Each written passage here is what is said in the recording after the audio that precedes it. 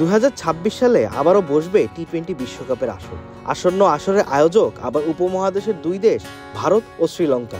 আগামী বছর ফেব্রুয়ারি ও মার্চে হবে বিশ্বকাপটি। তাই তো এখন থেকেই দলগুলো নিজেদের সেভাবেই প্রস্তুত করতে উঠে পড়ে লেগেছে। এর আগে সেপ্টেম্বরে ভারতে হওয়ার কথা রয়েছে এশিয়া কাপ, যদিও শেষ পর্যন্ত আসরটি হতে পারে দুবাইতে। বিশ্বকাপ যেহেতু টি-20 সংস্করণের, এশিয়া কাপও হবে টি-20 ফরম্যাটে। এমন অবস্থায় বাড়তি টি-20 খেলার সুযোগ তৈরিতে ওয়ানডে সিরিজকেই ছেটে ফেলেছে বাংলাদেশ ও পাকিস্তান ক্রিকেট বোর্ড। ভবিষ্যৎ সফর পরিকল্পনা অনুযায়ী আগামী মে মাসে 3টি করে ওয়ানডে ও 3টি করে টি-20 খেলতে পাকিস্তান সফরে যাওয়ার কথা রয়েছে বাংলাদেশ দলের। কিন্তু দুই বোর্ডের সম্মতিতে এখন ওয়ানডে সিরিজ ছেটে ফেলে টি-20 সিরিজকে রূপান্তরিত করা হয়েছে 5 ম্যাচে।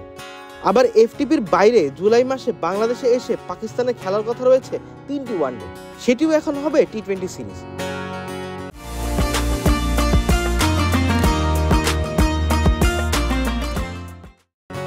মিরপুরে এই 3টি টি-20 ম্যাচ হওয়ার সম্ভাব্য তারিখ 20, 22 ও 24 জুলাই। ওয়েস্ট ইন্ডিজ সফরে যাওয়ার আগে বাংলাদেশে এসে 3টি ম্যাচ খেলবে বাবর রিজওয়ানরা।